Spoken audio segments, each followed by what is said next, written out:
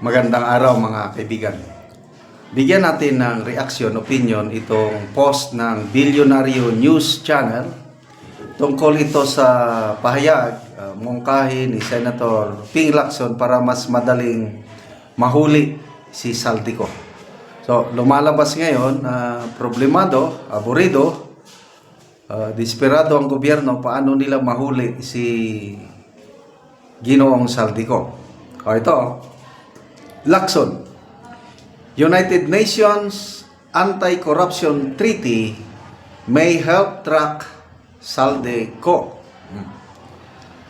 If, sabi niya, the Philippine government will tap the resources of 191 other countries, meaning yung member sa treaty na ito, you can just imagine gaano kalawak ang maabot para malocate at mahuli si Saldico. So, ngayon lang ako nakarinig na meron palang United Nations Anti-Corruption Treaty. I don't know if the Philippines is a member of this treaty. Siguro nga, I assume member. At ito, minumungkahin ni Senator Lacson for the PBBM admin to tap. Ibig sabihin, formal request siguro. Pwede ba tulungan nyo kami? So and so. So anong ibig sabihin nito? To me, opinion ko lang ito. Nahihirapan ang gobyernong ito kung paano malocate, ma-track ang location ni Saldico. May post si Mr. Jason sa. Sabi niya, pagkamaro, napakagaling si Saldico, sabi niya.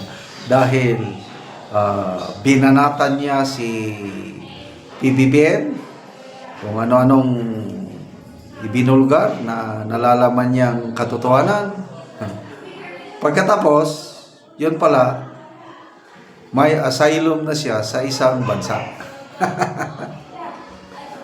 Sabi naman ni Secretary John Vic Rimulya, na noong una, nagmamalaki na wala kaming sasantuhin. Huhulihin namin sila basta may warrant of arrest. O ngayon, may warrant of arrest na. Ano ngayon ang panawagan ng Secretary John Vic? Nanawagan sa mga OFWs, pwede ba? Kung makita nyo, picturean nyo, i-post kagad, i-report sa amin para mas madali nating mahuli si Saldico. Ang response naman ng karamihan na nababasa ko na, ang laki ng inyong confidential intelligence funds, bakit nyo kami utusan?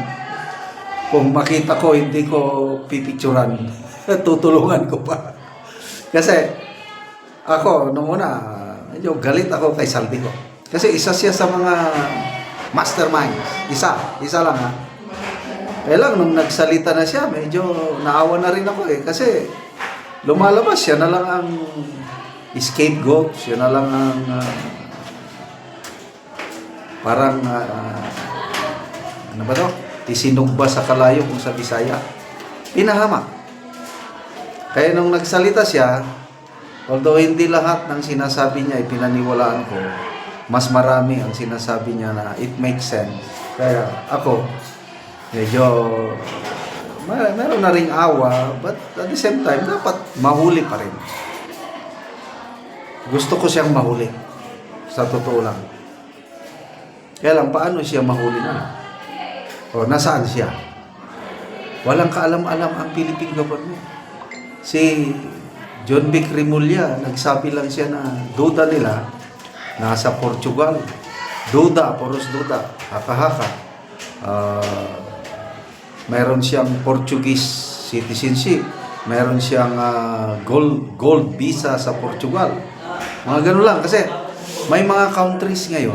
Example, Malta.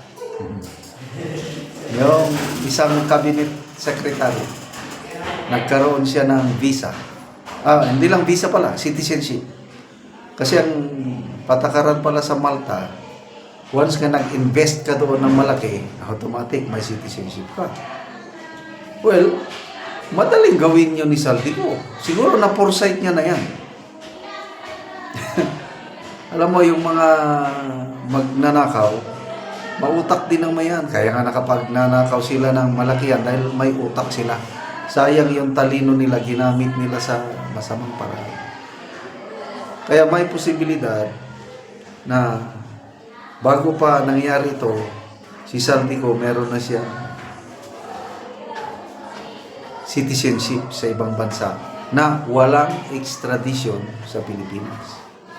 So I don't know kung mag-work out itong suggestion ni Senator Lacson.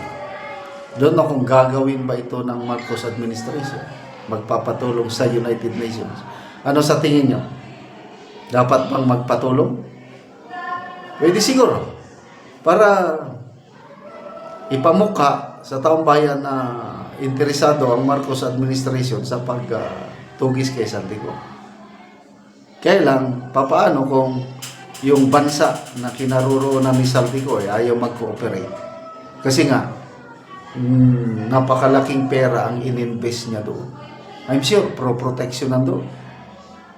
At saka hindi na magpapakita si Saldico. Marami na siyang pera eh. Bigla nang tumigil yung kanyang expose. Yung kanyang mga videos, tahimik na. Sayang, ang hinihintay na pasabog sana siya. Pasabog niya, no? Yung sasabihin niya, yung magkano ang tinanggap ng mga kongresista, yung pumirma sa, yung pumirma sa impeachment ni BP Sara. Di ba, ang gandang malaman? Kasi insider siya eh. Alam niya kung anong mga nangyari. Malapit pa siya kay Martin Romualdez noon. Hindi pa sila nagkahiwalay, naglandas. But tingnan natin, sana may mga bubunyag pa si Saldico habang hindi siya nahuli.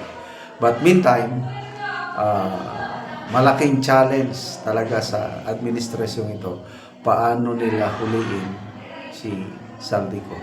So ngayon, talagay ko, relaxing na si Saldico, pakuya-kuya-kuy na lang. Baka nasa tabi ng beach ngayon, nagpapahinga doon. Kaya salamat mga kaibigan sa inyong pagsubaybay sa ating channel. Nakakatulong kayo ng malaki sa tribong Talandig ng Bukidnon dahil sweldo natin sa channel na ito is pantulong talaga sa tribo na mimigay tayo ngayon ng mga libreng yero at pako para makapagpatayo naman sila ng mas maayos na tahanan. Panoorin nyo ang video na ito.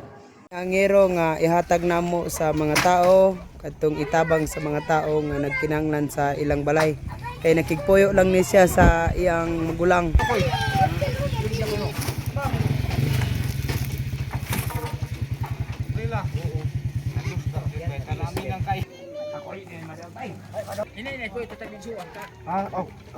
Salamat sir sa sen kay magyatag sa kuha.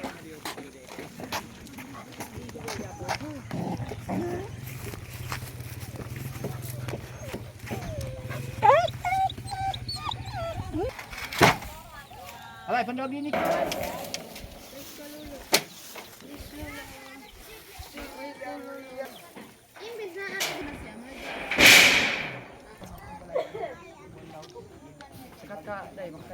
Tabangan o gero ika-30 CB na ni kabalay dinhi sa Tin City nga nakatabang. Atras ka. Apa bantai ka? Dito ka tagsugo di ay. Ini niya. Kuda, patras. Patras ka kuan lang. Okay po lara pa duay. Duay kami bulok bulan iyo. Hari pa yan. Karon humanag gyud sa pagatok ang gihatag namo nga yero. So nakabalay na gyud ang nataga na mo gyud. Salamat sa Ginoo. Salamat sa Ginoo ug nakabalay na gid ko. Samot sa nagtabang sa Oo. Nagtabang isa pa doon te. Sabi na sa nagtabang sa sin. Salamat sa Ginoo nakabalay ko. Ug tungod sa iya nakabalay ko karon. Kay Tulo na katuig. pag-ipon na nako. Nagkigpuyo lang kasi mong igsoon. Nagkigpuyo. Sige, salamat kayo.